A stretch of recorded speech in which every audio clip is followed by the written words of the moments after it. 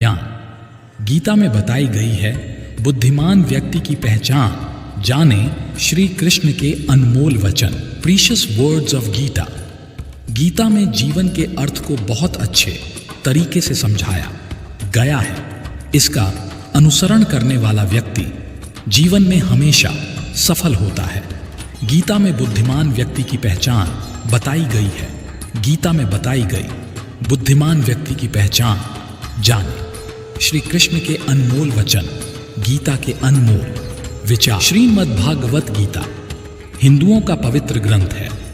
इसमें जीवन का पूरा सार बताया गया है। गीता में भगवान कृष्ण के उन उपदेशों का वर्णन है जो उन्होंने महाभारत युद्ध के दौरान अर्जुन को दिए थे।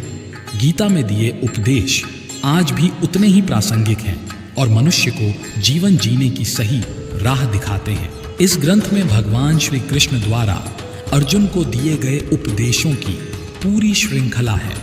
इसमें जीवन के अर्थ को विस्तार पूर्वक बहुत खूबसूरत तरीके से समझाया गया है।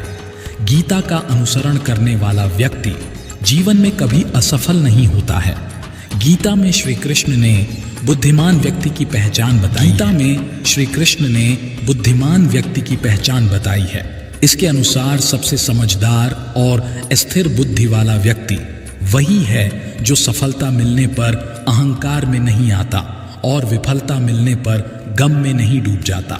गीता में श्री कृष्ण कहते हैं कि समय कभी एक जैसा नहीं रहता। जो दूसरों को बेवजह रुलाते हैं उन्हें भी रोना पड़ता है। जो दूसरों को दुख देते हैं आगे चलकर उन्हें भी दुख भोगना पड़ता है। श्री कृष्ण कहते हैं कि केवल डरपोक और कमजोर ही चीजों को भाग्य पर छोड़ते हैं, लेकिन जो मजबूत और खुद पर भरोसा करने वाले होते हैं वे कभी भी नियति या भाग्य पर निर्भर नहीं करते।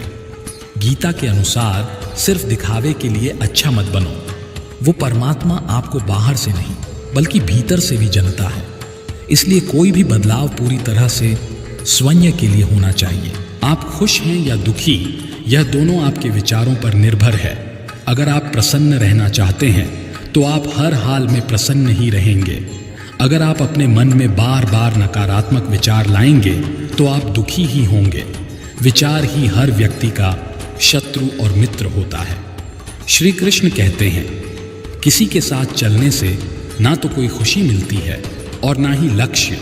इसलिए मनुष्य को सदैव अपने कर्मों पर विश्वास करते हुए अकेले चलते रहना चाहिए। गीता में श्री कृष्ण ने कर्म योग, भक्ति योग और ज्ञान योग को ही कल्याण का प्रमुख साधन बताया है। कर्म के प्रवाह से संबंध